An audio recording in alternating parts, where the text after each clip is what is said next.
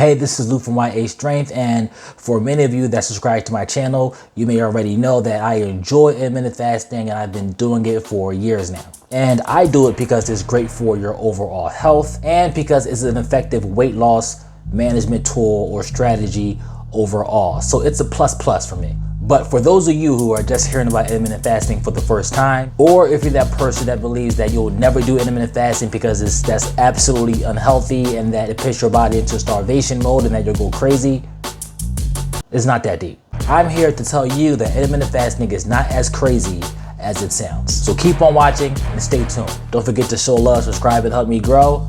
Let's get started.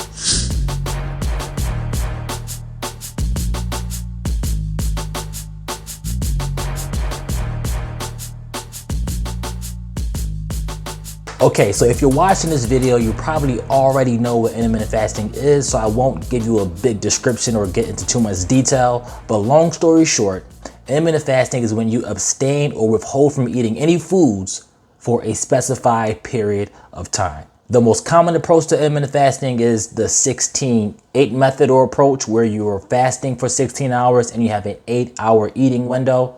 And that definitely sounds simple because it's easy to understand. So it's more so simple by definition. But here's where it gets kind of tough. Mentally, when the person first hears about intermittent fasting, they cannot get over the idea of abstaining from food or not eating for long periods of time. Just the thought of that sounds ridiculous and insane to a person that first hears about intermittent fasting. And they believe that they'll feel weak and lethargic and sick all day, which is why they do not want to do it. Now, of course, we who intermittent fast every day or who live that lifestyle understand that that isn't the case and that's not what happens when you intermittent fast. Understandably, people who first hear about intermittent fasting think that way. Well, at least they think about it that way initially. To add to that, most friends or family members who do not know what intermittent fasting is, if they hear that you're trying intermittent fasting and they ask you what it is and you explain it to them, they will tell you not to do it. And that's likely because they're concerned for you. So that's fine. It shows that they at least care about you, so they want to make sure that you're not doing anything too crazy. Don't do it because it doesn't sound like it's a healthy thing to do.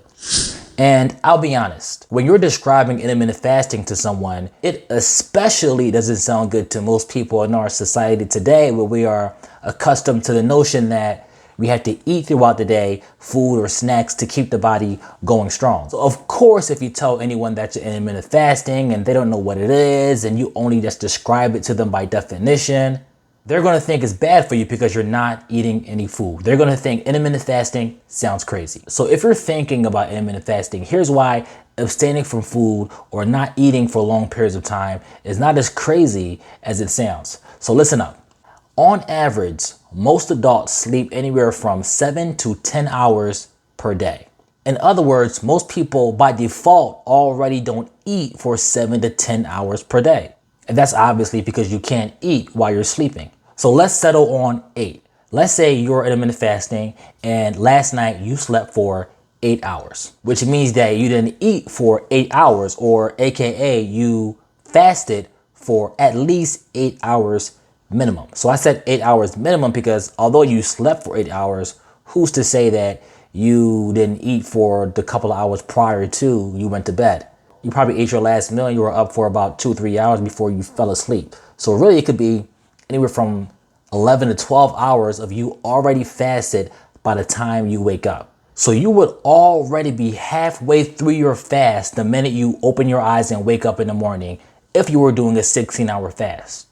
And you will be about 70% through your fast if you were fasting for 12 hours. And because you're already done with at least half or 70% of your fast because you unconsciously fasted while you were sleeping, when you wake up, you only have about 4 to 8 hours left to achieve your 16-hour fasting window or 12-hour fasting window if you're a beginner. In this case, you would consciously only be fasting for anywhere from 4 to 8 hours. And having to fast for 8 hours sounds a lot better than fasting for 16 hours. So it doesn't sound as crazy. It's not as crazy as you think. So trying to view it from that perspective can help people really get a better understanding with regard to intermittent fasting and realizing that it really isn't that bad in terms of how long you actually don't eat, because most people already fast for half of their fasting window if they were to begin intermittent fasting anyway.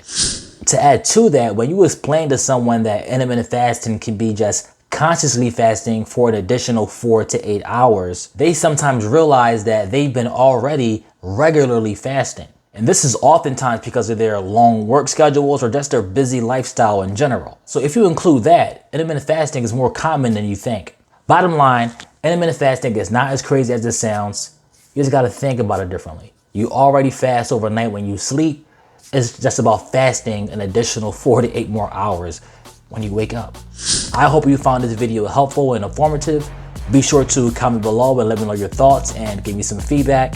As always, this is Lou from YA Strength. Don't forget to like, comment, and subscribe. See you in the next video.